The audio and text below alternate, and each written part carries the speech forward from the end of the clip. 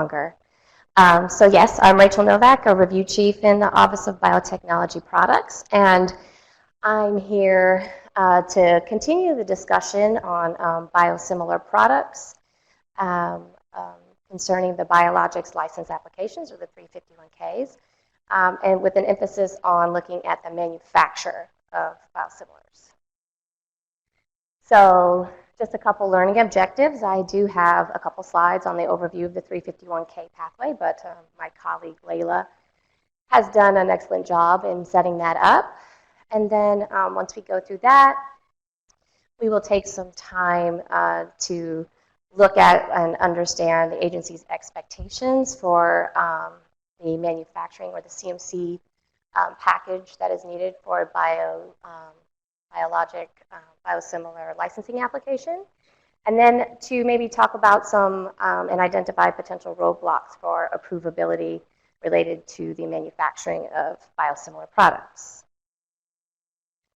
So I won't go into too much detail here. So we talked about the Biologics Price Competition and Innovation Act, which was signed into law in 2010. Again, reiterating that this creates an abbreviated licensure pathway for biologic products that are shown to be biosimilar to or interchangeable with an FDA licensed product.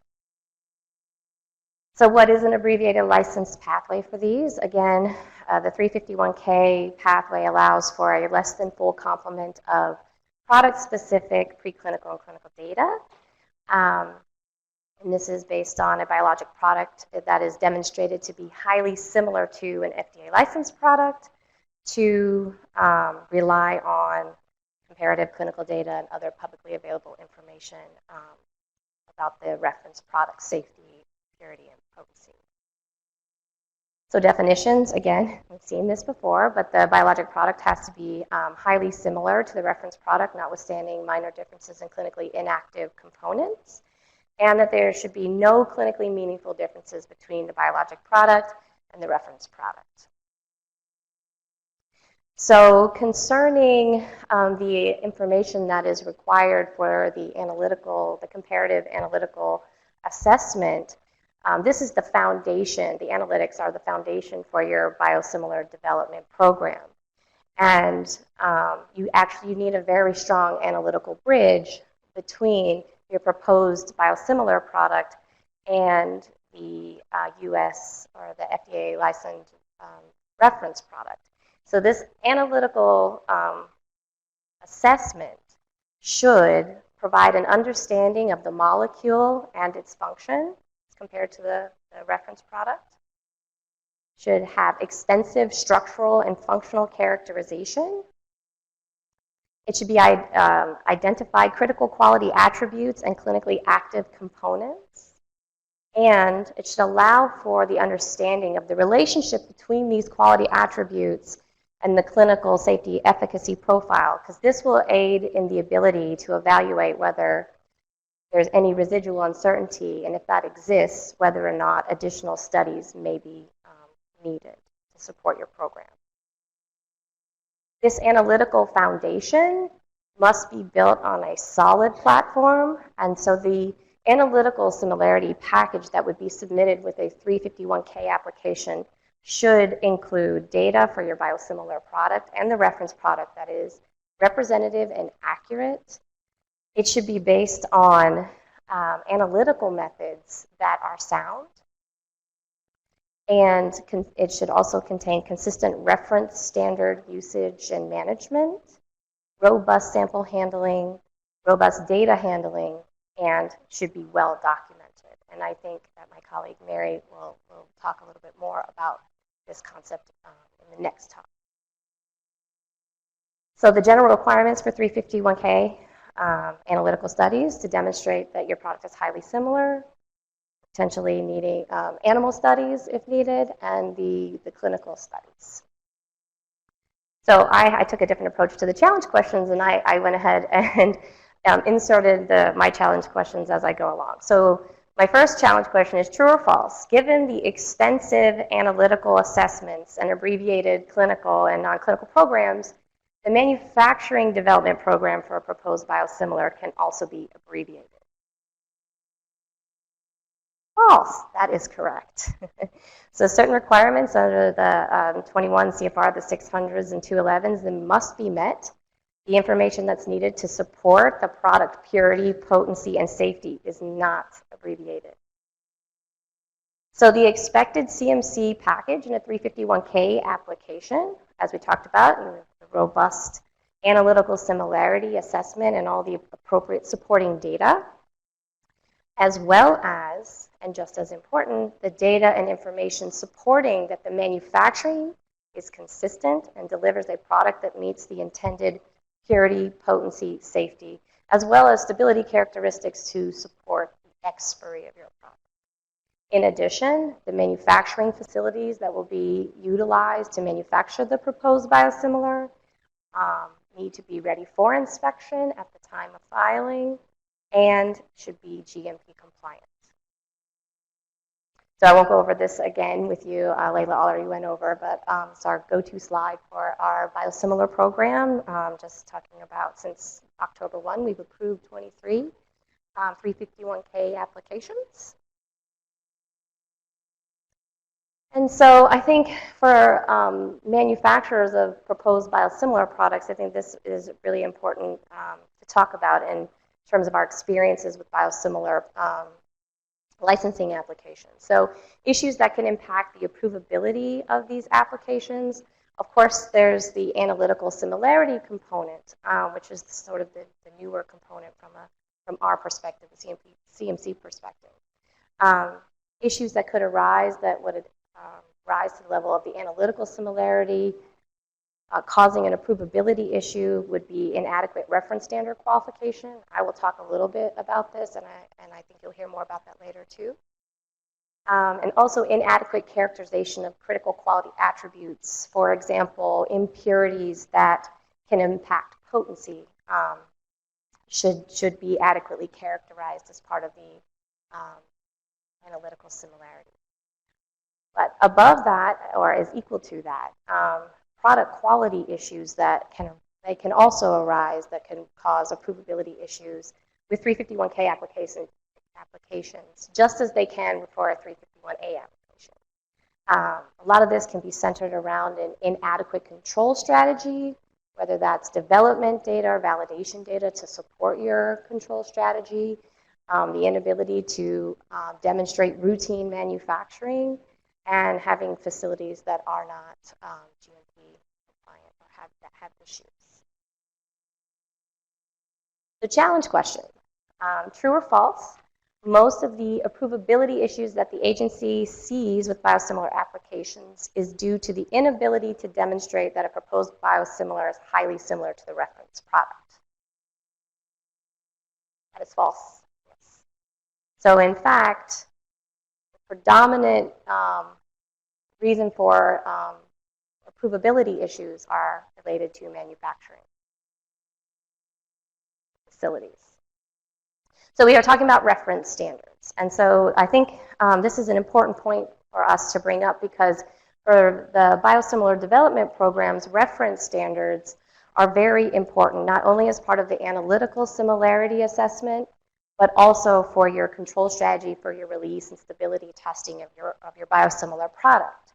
So your reference standards that you will be using for these purposes need to be appropriately qualified.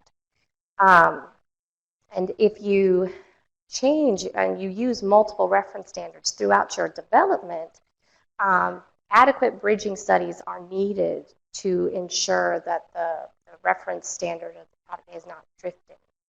So this can really impact, if you're thinking about the analytical similarity assessment and the use of reference standards there.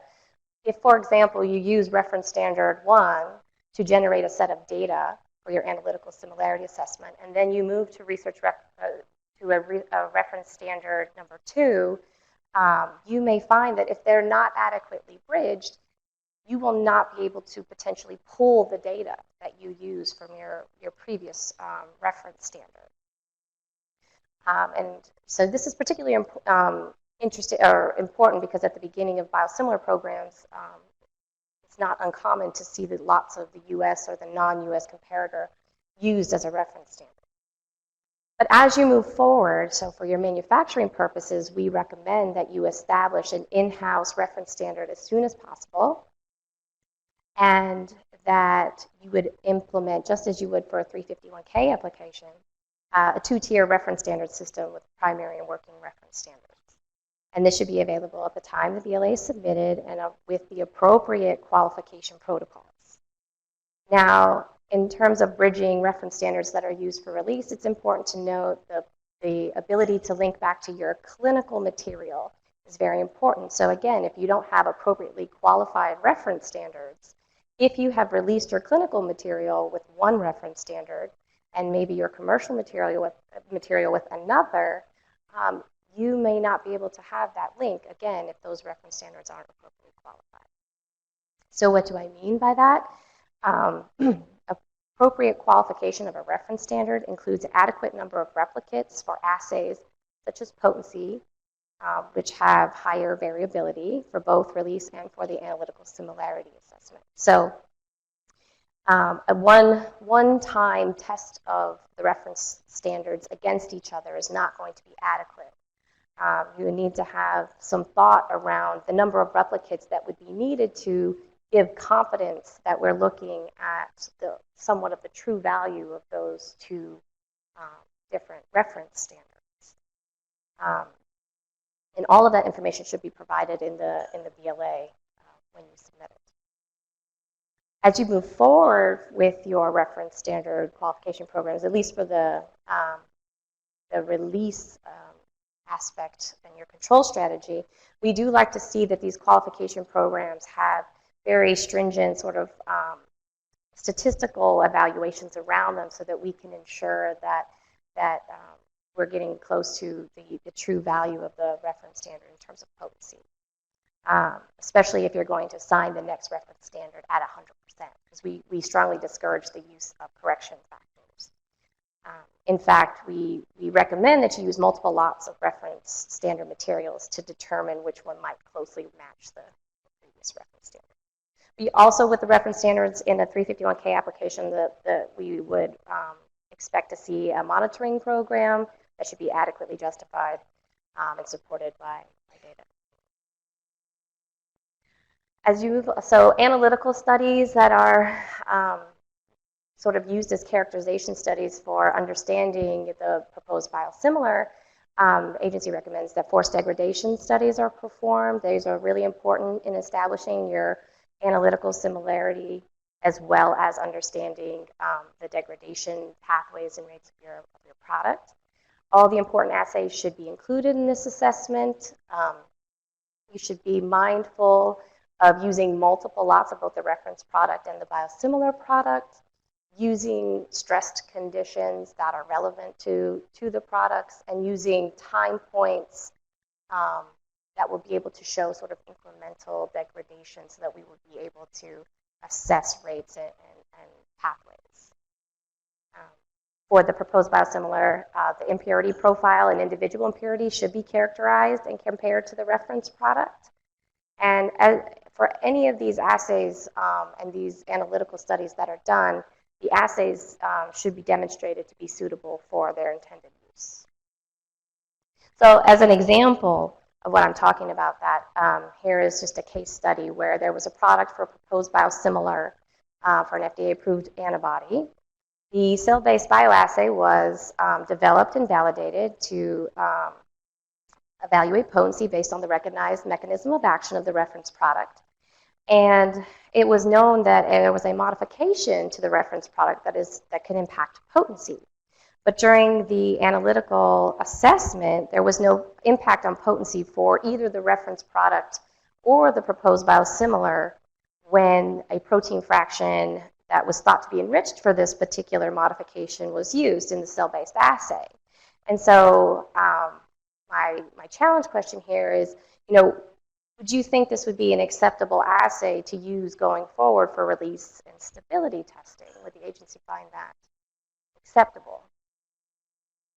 No, that's correct. Because basically what this is telling us is, although the cell-based assay is validated and probably sensitive and accurate, it's not sensitive enough to pick up all the changes. So that could impact potency. So an evaluation using, for this evaluation for the modification using an orthogonal method was requested for both the analytical similarity and to be controlled at release and on stability. So analytical methods, I think, again, this is one of the bigger points that we like to drive home. Analytical methods, again, they must be validated and qualified, demonstrated for to be suitable for their intended use. The acceptance criteria that are provided should be meaningful. As an example, if you were to see that the identity test for release says conform to reference standard, we would send you an information request to be more specific about what the definition of conforms to reference standard means. For example, if you were using a charge-based assay, then maybe you would describe the number of peaks, and you would talk about retention time and the definition of what conform to reference standard meant. The methods are improved and changed during development, and that is understood and most of the time necessary as you further develop your product and your product understanding. And the methods can be transferred to new sites during development. So here's just a case study to sort of begin the discussion about method bridging. So we have a case here of a change in an analytical method where the applicant went from method 1 to method 2 during development, and stability data was generated with both methods. However, upon review, it was determined that there was an inadequate data to support the performance of method 1 and method 2, the comparable performance between the two.